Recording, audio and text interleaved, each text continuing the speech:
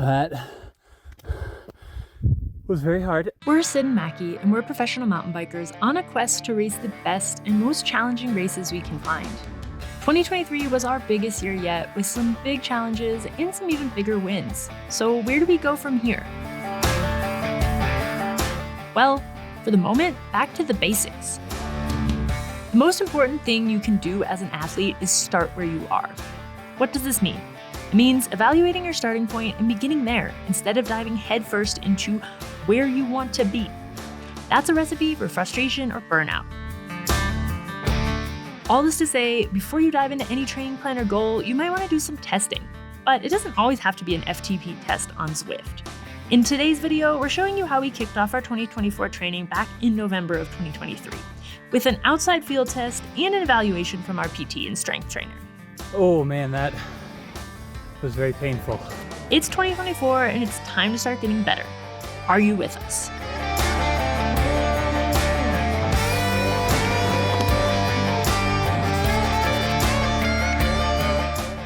So I just want to take a second to reiterate what I was saying in the intro about the importance of starting where you are. This is the mistake that we see the most often with people that are just starting training or want to get into racing. They'll look at maybe the volume and amount of training that we're doing and try to replicate that and end up frustrated, discouraged. The best thing you can do to improve is to figure out where you are and make reasonable step ups from there. When we started working with Coach Mike to develop some training plans, we wanted to base these plans off of what we're doing in terms of like the principles of the kind of training that we're doing. The goal being to be well-rounded, be able to do a variety of different kind of cycling disciplines. We also wanted to make sure that they are graduated based on the amount of time that most people actually have to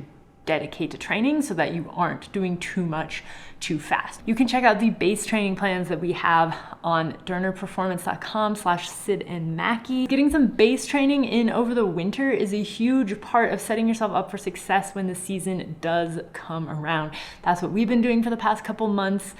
Really believe in this approach. So check out those training plans. And yeah, now we're going to show you how we kicked off our 2024 training. We are here somewhere that might be very familiar to those of you who have been watching this channel for a while. Revo PT in Boulder. We're going to see Dane. We're going to do a little, not serious testing, but just sort of body mechanics testing, kind of see where we're at. A review. Yeah, try to identify any problems. Yeah, just see how the strength is looking, see how the mobility's looking. Discuss the sort of aches and pains we've picked up over the course of the season.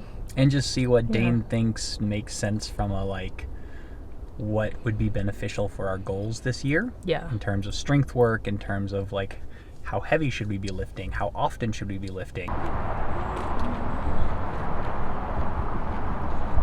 He's so cute in those orange shorts. He matches the Home Depot bucket.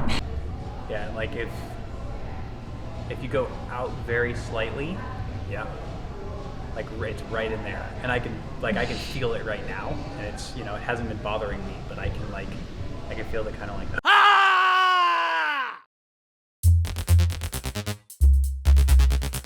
Dane checked our mobility and then we ran through some movements to tease out any weaknesses. I still have a bit of a preference for my right side, and we both have some issues with shoulder mobility and upper back weakness. Common side effect of lots of time on the bike. Did you know that you're supposed to be able to get your hands to within a fist's width of the ground in this position without raising your shoulder off the ground? Yeah, well, us neither. Over the past few weeks since seeing Dane, we've mixed up our strength training to focus on back and core strength. These are pretty minor tweaks, but sometimes you don't need a huge change to improve. You just need to identify and target your weaknesses, which is an ongoing process as an athlete.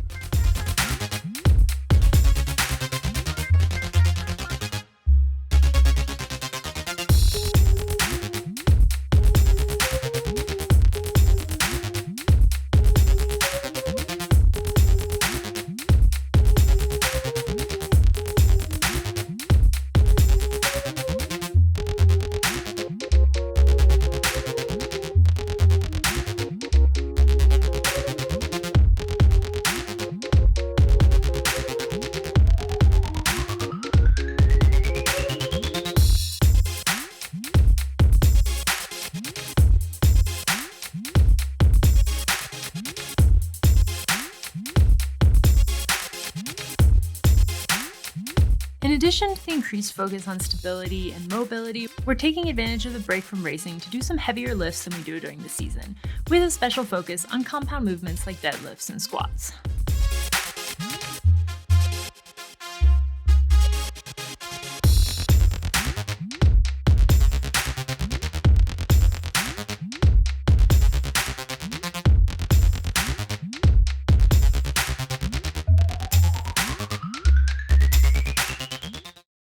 So you guys know that feeling when it's 33 degrees out and a 70% chance of precipitation right at this exact time?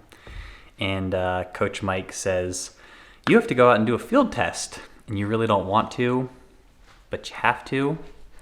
That's the feeling we're having right now. Give Mike credit. He did schedule it for Sunday when it's supposed to be 57 degrees, but we can't do it on Sunday. We're going to be driving on Sunday. So this is kind of our fault.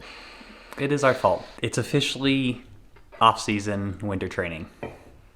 And this, basically the field test gives Mike some numbers to get an idea of where we are from a, power range perspective so that he can schedule our training moving forward. Wish us luck. The reason we're doing this in the cold is, as discussed, kind of our fault. But we are about to head out. We're going to be in Arkansas for a bit. We're going to visit my parents in Ohio. We're going to be training that whole time, but we're going to be at sea level. And Mike kind of wants us to do our field test at elevation, since we do the vast majority of our training at elevation, vast majority of our intervals on the very hill, on the bikes that we are about to go do this. People put a lot of stock in like FTP tests and stuff. That's not exactly what we're doing today. We will get like an FTP estimate, but mostly we are going into the field doing this in the way that we're going to be doing the most of our training to give us like the most accurate assessment. We're going for accuracy over trying to have the highest number. If we wanted to have the highest number, we'd just go to sea level and do it. Right. And that gives us a higher number.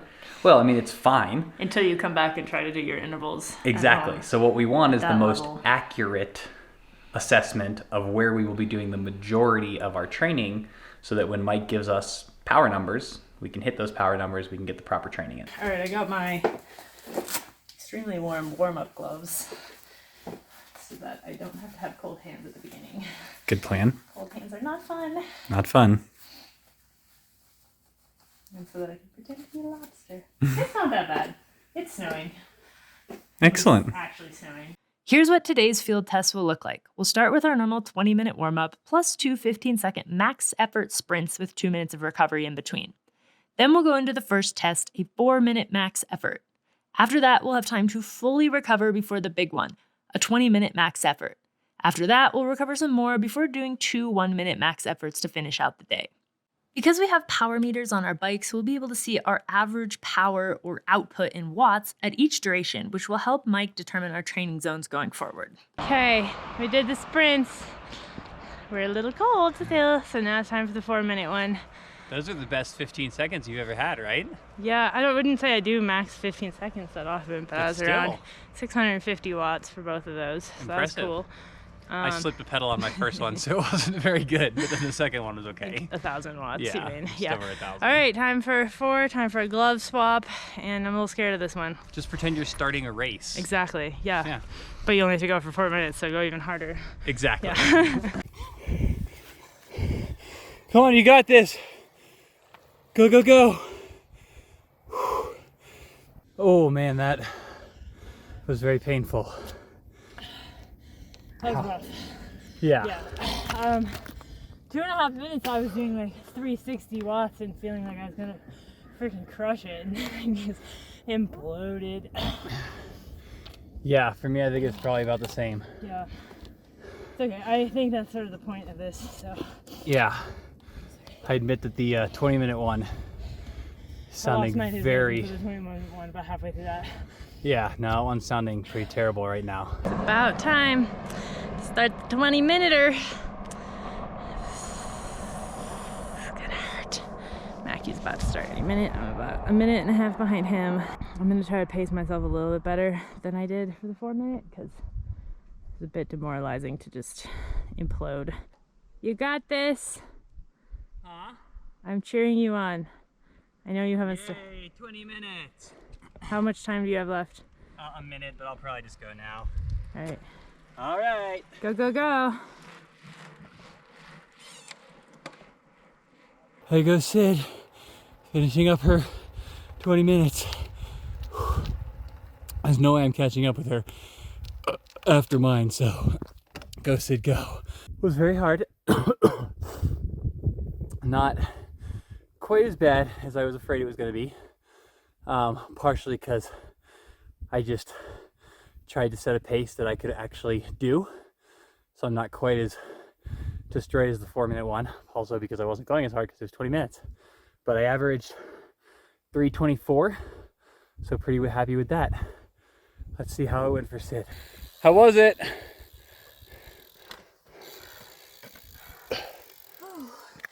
Oh, 261. Dang, that's awesome.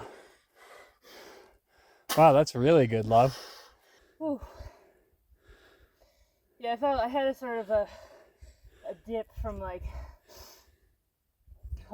16 minutes in to like the last minute. Okay. And then I rallied kind of a lot in the last minute, which makes me think I didn't pace quite correctly. I mean, that's okay. It's an awesome number. Yeah, I'm happy with that, especially for outside in 30 degrees at 9,000 feet. Totally. Good job. You too. Thanks. Last interval, how'd it go? Tried to keep up with you, which worked for 30 seconds, and then I imploded. Oh, the world is spinning, it's snowing. I feel good. Oh, I don't think good is what I feel. Relieved is what I feel. Yeah, I think that's sort of what I mean. While difficult, this test gave us a great confidence boost going into the next few months of training. But first, it was time for some hot chocolate and recovery breathing by the fire, our favorite way to conclude a cold winter workout. Thanks for watching, we'll see you next week.